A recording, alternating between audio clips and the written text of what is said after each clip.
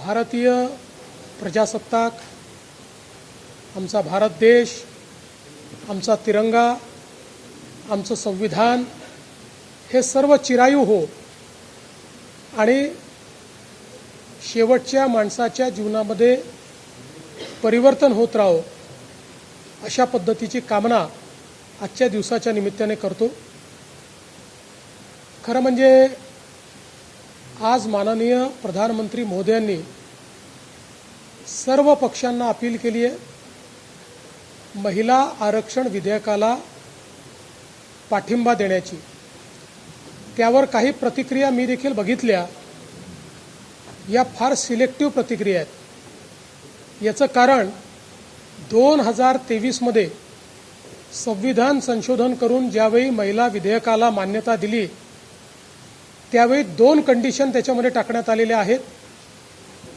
Census पूर्ण करणं आणि सेन्सस पूर्ण करून डिलिमिटेशन करणं आणि त्यानंतर महिला विधेयक लागू करणं. त्यामुळे जोपर्यंत सेन्सस पूर्ण होत नाही आणि डिलिमिटेशन होत नाही तोपर्यंत महिला विधेयक लागू होऊ शकत नाही.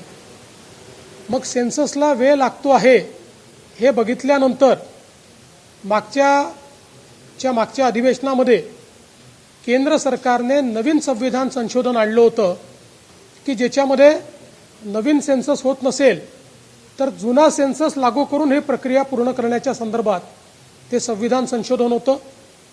परंतु काही विरोधी पक्षांनी त्याला मान्यता दिली नाही आणि त्यामुळे 2/3 मेजॉरिटी न मिळाल्यामुळे ते विधेयक पडलं आणि म्हणून आज 2023च्या विधेयकाप्रमाणे परिस्थिती आहे आणि त्या विधेयकाप्रमाणे जर महिला आरक्षण द्यायचं असेल तर सेन्सस पूर्ण करणे आणि त्यानंतर डिलिमिटेशन करणे हाच पर्याय आहे. आणि त्याच्या व्यतिरिक्त जर दुसरा पर्याय पाहिजे असेल तर जे नव्याने संविधान संशोधन मांडलेलं आहे त्याला समर्थन देणं हा एकमेव पर्याय आहे. 2023ला एकमताने तुम्ही विधेयक मान्य केलं, त्यामुळे तुम्हालाही माहिती आहे की त्या विधेयकात या 2 प्री कंडिशन शिवाय महिलांना आरक्षण दिलं जाऊ शकत नाही आणि ते जर द्यायचं असेल तर नवीन विधेयक आणावं लागेल. हे सगळं माहिती असताना आपल्या बोलीभाषेमध्ये येडा बनून पेढा खाणं हे बंद करा.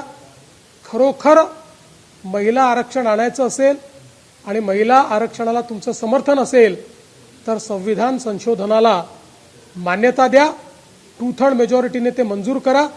तर आणि तरच महिलांना 2029ला आरक्षण मिळू शकेल. नाहीतर खायचे दात वेगळे आणि दाखवायचे दात वेगळे हे विरोधी पक्षाने करू नये.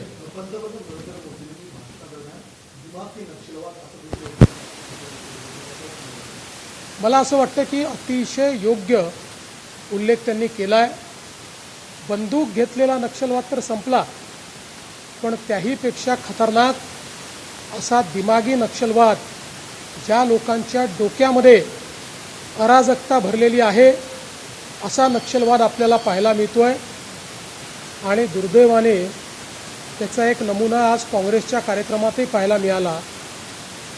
देशाच्या एकूण निर्णयांमध्ये संपूर्ण वंदे मातरम 15 ऑगस्टला वाजवायचं हा देशाच्या संविधानाच्या अंतर्गत दिलेल्या अधिकारात घेतलेला निर्णय असताना पूर्ण वंदे मातरम वाजवलं म्हणून सोनियाजी नाराज झाल्याच्या बातम्या ज्या ऐकायला मिळत आहेत, पाहायला मिळत आहेत, हा दिमागी नक्षलवाद नाही तर काय आहे, अराजकता नाही आहे तर काय आहे, एक प्रकारे संवैधानिक शक्तीचा अपमान नाही तर काय आहे.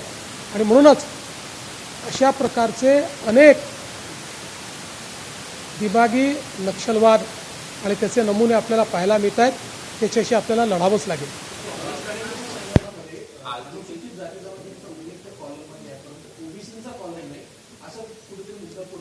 मला असं वाटतं की हा मुद्दाच, माफ करा शब्द वापरतो पण मूर्खपणाचा आहे. यापूर्वी कधीही या कॉलममध्ये जात हा विषय नव्हता.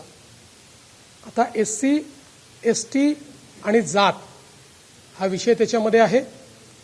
तो याकरता आहे की जातीच्या संदर्भात प्रत्येक राज्यामध्ये ओबीसीच्या सूचीत वेगवेगळ्या जाती आहेत. एकदा सगळ्या जाती आल्या की केवळ एक कमांड दिली की त्या जातींचं बंचिंग होऊन ओबीसी समाजाची लोकसंख्या आपल्याला कळेल.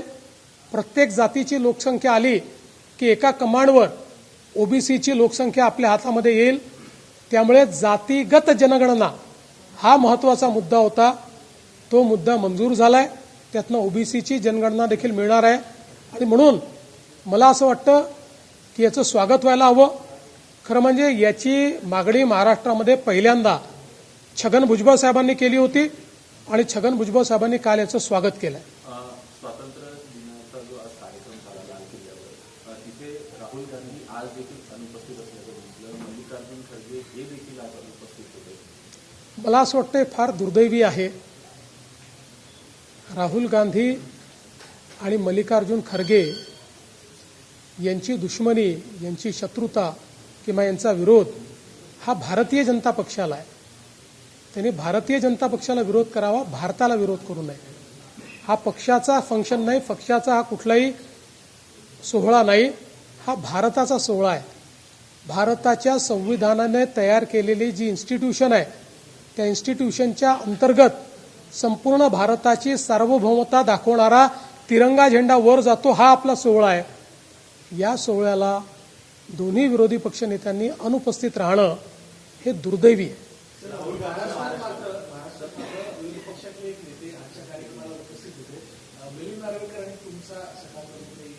एक चांगली गोष्ट आहे. बघा, कुठल्या ना कुठल्या कार्यक्रमाला कोणी ना कोणी उपस्थित राहिलं पाहिजे, पण जे संविधानिक पदांवर आहेत त्यांनी त्या त्या संस्थेच्या कार्यक्रमात उपस्थित राहिलं पाहिजे, महत्वाचं असतं.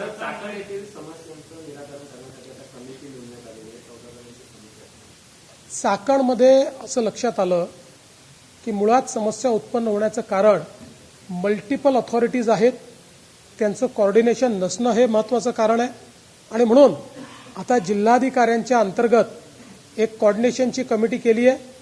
वेगवेगळे डिपार्टमेंट्स त्याच्या अंतर्गत दिले आहे आणि त्याला आम्ही एक लक्ष दिलेलं आहे की त्यांनी संपूर्ण प्लॅन तयार करायचा.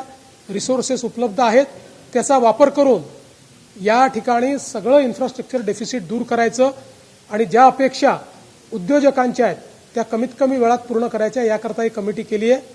केवळ चाकणच नाही तर पुण्यातल्या इतरही इंडस्ट्रीयल एरियाजमध्ये ही कमिटी लक्ष घालेल आणि पुढच्या टप्प्यामध्ये इंडस्ट्रीयल टाउनशिप ऍक्टच्या अंतर्गत या ठिकाणी स्थानिक स्वराज्य संस्था तयार करून त्या माध्यमातून इथल्या सगळ्या सोयी निर्माण करण्याचा शासनाचा उद्देश आहे.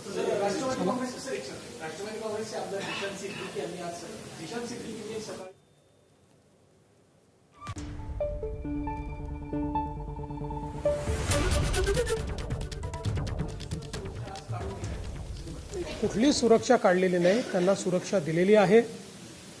अधिकच्या सुरक्षेची अपेक्षा आहे. त्याही संदर्भात मी स्वतः आपले जे सीपी आहेत त्यांना सांगितलेलं आहे. थ्रेट परसेप्शन बघून आवश्यक तेवढी सुरक्षा त्यांना देण्याकरताही सांगितलं आहे. त्यांना ज्यावेळेस धमक्या आल्या त्याचाही पाठपुरावा पोलीस करतायत.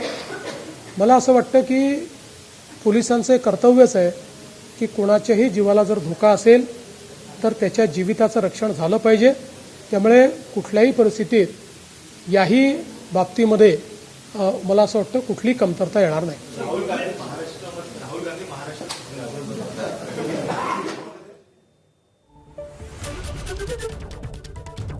राहुल गांधी आणि खरगेंचं शत्रुत्व हे भाजपशी आहे. देशासोबत त्यांनी शत्रुत्व घेऊ नये. लाल किल्ल्यावरती देशाचा कार्यक्रम होता, तो पक्षाचा कार्यक्रम नव्हता, अशा शब्दामध्ये सध्या मुख्यमंत्री देवेंद्र फडणवीसांनी राहुल गांधी आणि मल्लिकार्जुन खरगे यांच्या भूमिकेवरती टीका देखील केलेली आहे.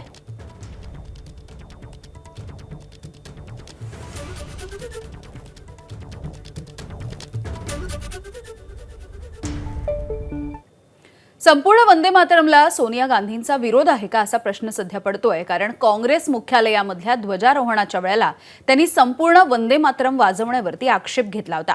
वंदे मातरम सुरू असताना त्यांनी हा आक्षेप काहीसा नोंदवला. मल्लिकार्जुन खरगे देखील पूर्ण वंदे मातरम ऐकून बुचकळ्यात पडले. ध्वजारोहणाच्या नंतर राहुल गांधींनी आयोजकांना काहीशा सूचना देखील केलेल्या बघायला मिळाल्या.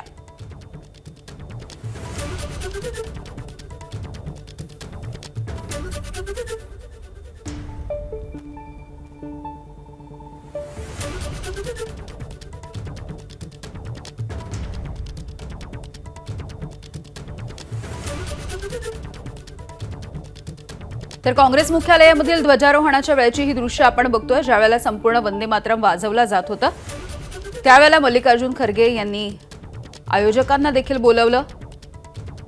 मल्लिकार्जुन खरगे आणि सोनिया गांधी यांची काहीशी चर्चा देखील या दरम्यान होताना दिसते आहे.